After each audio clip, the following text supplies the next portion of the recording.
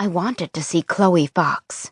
Once, at my old school, I'd heard there was going to be a new girl named Arabelle Kiss, and I couldn't wait to meet her because I liked the name.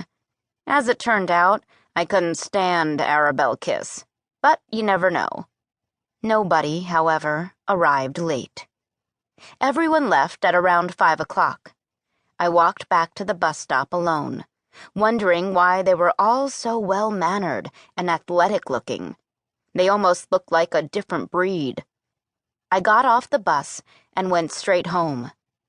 We lived in a pre-war apartment building on Riverside Drive. It was a neighborhood, and I liked it.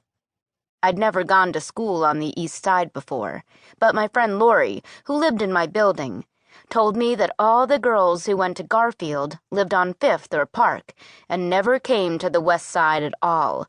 Or, if they did, it was by taxi or a limousine. She went to school off Madison, so she knew. Dad was in the living room reading music, and my brother Ben was sitting, dazed, in front of the TV in his room.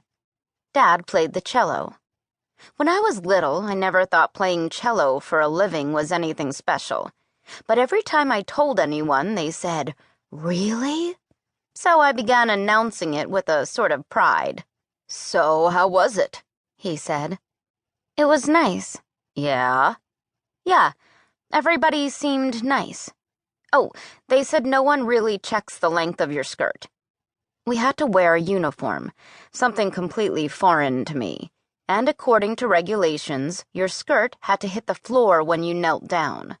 Mom, who never doubted for a moment that due punishment would be administered to me if we didn't follow the rules to the letter, had hemmed my skirt accordingly.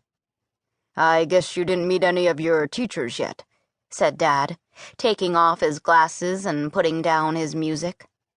"No." "But you liked it? The girls seemed nice," he said, just to make sure. "Well, I can't really tell yet. You should see the building. It's huge." I went into my room and changed clothes. "When's Mom coming home?" I yelled.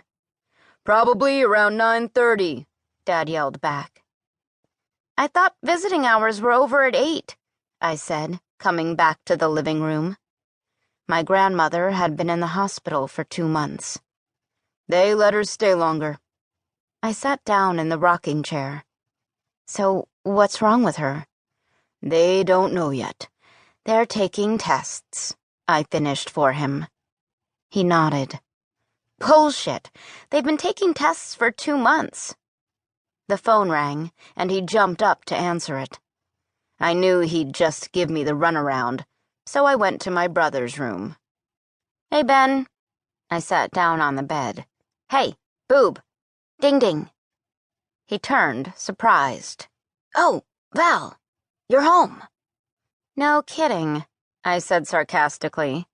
"Want to watch TV with me? Is that all you ever do? Why don't you ever read a book?" "Oh, shut up," he said, turning back to watch a commercial. I felt better and leaned back to watch it with him. I arrived at school early on Monday morning. Mom had gotten up to have breakfast with me, but I was a nervous wreck and couldn't even embark on the carnation instant breakfast she kept telling me I needed. It made me sick just to look at it, so I left the house on an empty stomach. Mom kept telling me I'd faint if I didn't eat something, and wishing me luck on my first day, and asking me to call her at the hospital when I got home to tell her how it was. I found my homeroom in a state of chaos. People were hugging each other, laughing and talking about their exotic vacations. I found a desk with my name on it, and stood rather uncertainly. Several girls came up to me and introduced themselves. They asked where I'd gone to school before and a few other things, and then rushed off to talk to someone else. One girl, Patty, looked at the desk next to mine. "Oh, your desk mate's Ginny." I looked over at the label to confirm it. "Is she nice?" "Yeah, she's nice. Her sister got her hand bitten off by a crocodile on a safari in Africa," she said grimly, securing her thin, mousy hair behind her ears.